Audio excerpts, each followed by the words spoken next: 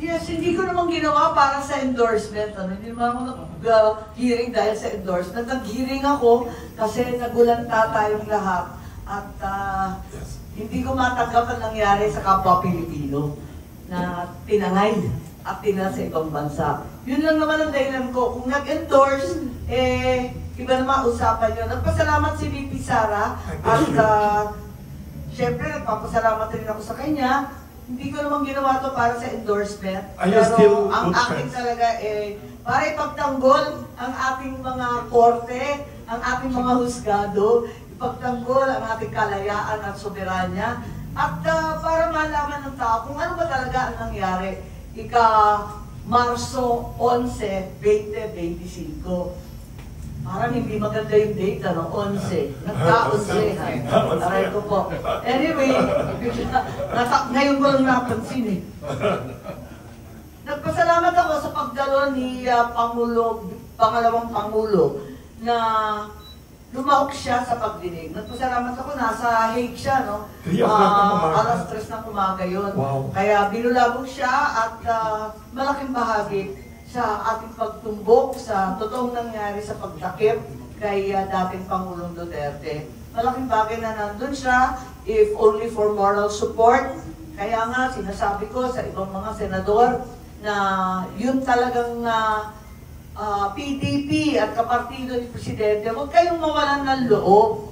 Kasi, sabi nila, kalokohan na yung hearing na yan. Tapos na, nandun na siya sa The Hague. Too late na yan, kahit mag-hearing-hearing daw ng araw-araw. Hindi ko naman ito ginagawa para magpasikat, kundi malaman kung ano ang dapat gawin. Kung ano yung ay may solusyon. Kasi hindi naman tayo iiyak na lang ng iiyak, matapos tayo na maubos ang luha, kinakailangan gawin natin ang makakaya natin. Para sa kapwa Pilipino na maibalik dito, kung lilitisin, humarap sa husgadong Pilipino rin. Kaya, laging nagtatanong kung okay kami ni VP, magkaibigan naman kami sa politika, kaalyado, dapat. At sa labas ng politika, kaibigan ko pa rin. Siyempre, may panahon na naaasar yan sa akin, may panahon na gusto ko rin siyang awayin.